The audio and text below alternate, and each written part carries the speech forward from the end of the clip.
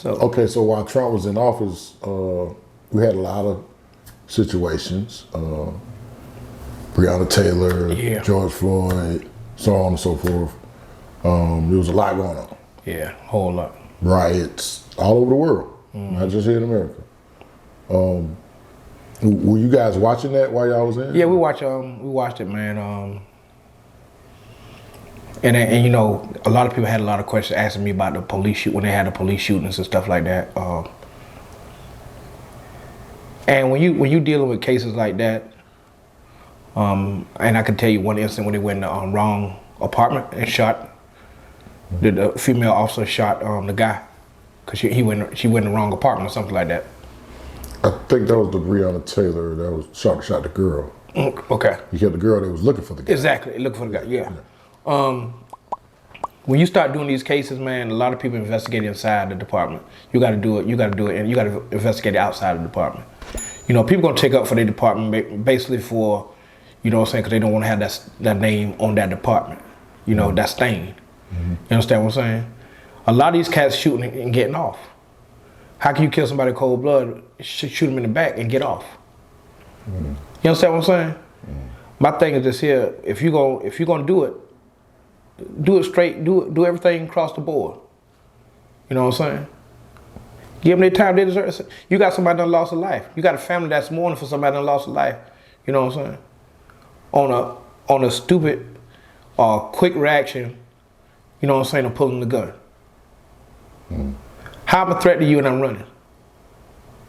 How am I a threat to you when you tell me you want to see my license, my insurance, and I got to go to the glove box? You understand what I'm saying? You scared.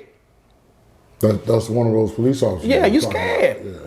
You scared before it even came, before you roll up. You scared.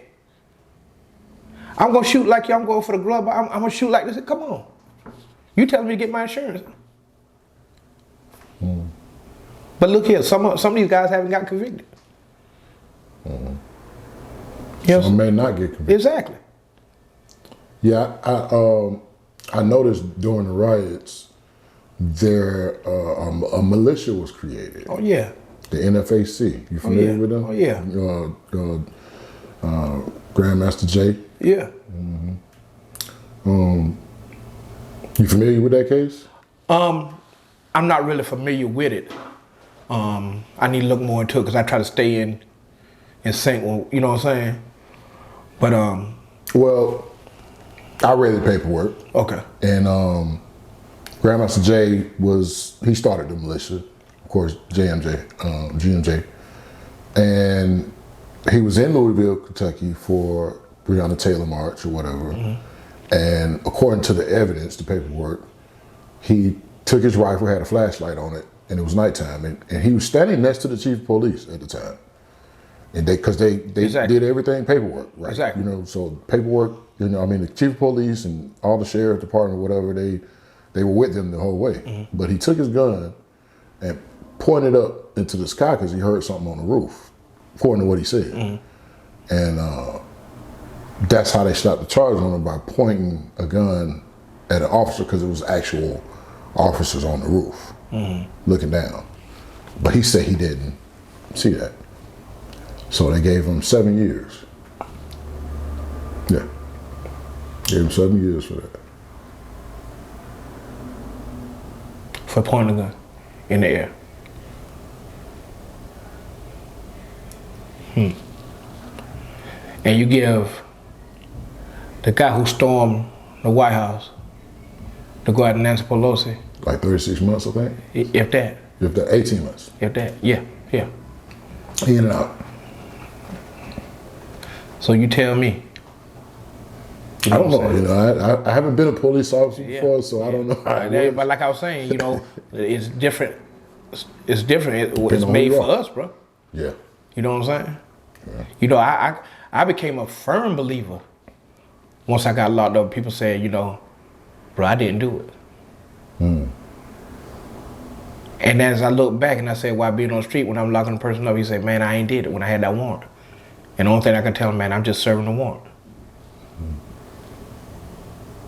You know, it's a lot of innocent people locked up, man. Yeah, lot of good people locked up too. Yeah, I did 8.5 myself, so I know quite a few people in there that ain't supposed to be there. Yeah. Yeah. Informants. Do you think there was an informant inside of the NFAC?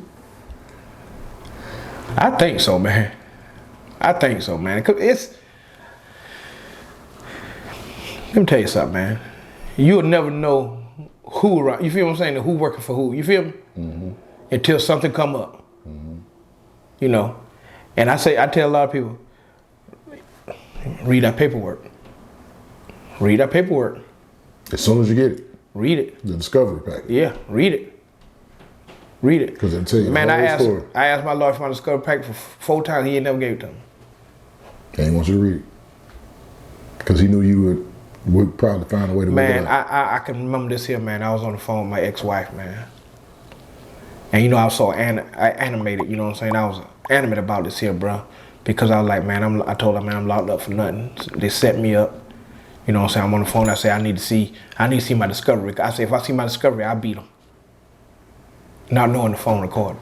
I'm just not thinking. You know what I'm saying? You feel me? I never. So you was talking to him from jail? Yeah. You know, and I'm just saying, they give me this bond here. They're gonna lose this case. They denied my bond twice. You feel me?